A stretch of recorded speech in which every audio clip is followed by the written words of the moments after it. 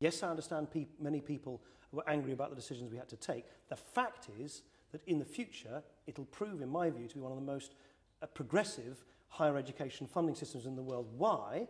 Because all graduates will pay less out per month than they currently do.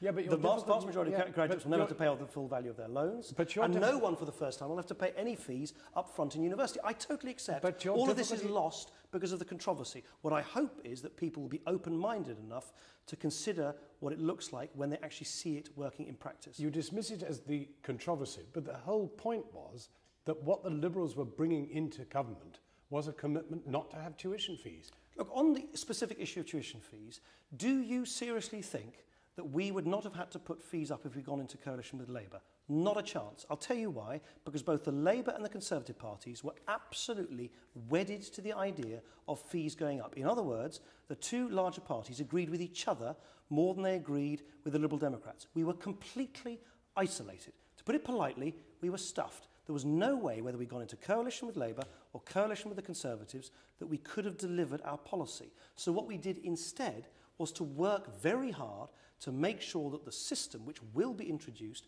makes people who earn lots and lots of money pay their fair share, so that people who are on lower incomes pay less than they do now. And when you that, I think, is a fairer system. When you woke up yesterday morning and heard that somebody was talking about, well, Mr. Willits was talking about the possibility of rich people being able to buy their way. It's not going to happen. Of course, but for a moment it looked as if it would. No. Where was Clegg then? There was no on chance. the phone, do you call him David or Dave? Dave, what is this? There's simply no question that people are going to be able to sort of buy their way into university education. That is not what we're going to do. It isn't going to happen. It won't happen. Let's talk health then, because that's another area where people thought, well, the Tories have always had a problem with their connection with the NHS. The Liberal Democrats will see to it that it's in some way safe.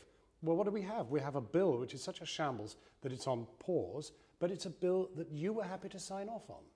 Look, do I think that the NHS, and just by the way, almost everybody of whatever shade of political opinion, think the NHS could do with having less bureaucracy, making sure that our family doctors have a greater say in how the system... The figures that you suppressed, the figures that you suppressed actually You won't let me finish my answer. Can I give you an answer? Do people agree that the NHS could do with less bureaucracy, with a greater say of family doctors in it, greater accountability, not everything decided in Whitehall? Yes. That remains the basic architecture of what, by the way, not just people in government, but even people in the Labour Party think should happen. But, here's the big but, we've got to get the details right. And what we've done, and I was very keen on this, and I think it's unusual, but the right thing to do, we said, no, this is too important. The NHS is too precious to people. We're not going to just charge ahead without listening to what people say, and we're going to listen to those concerns, and if needed, we are going to very significantly change our plans. That is exactly what we're going to do. And I've made very clear, I will not support any bill. I'd rather support no bill at all than a bad bill. But the point I made to you was it was a bill that you signed off on. No, what you do...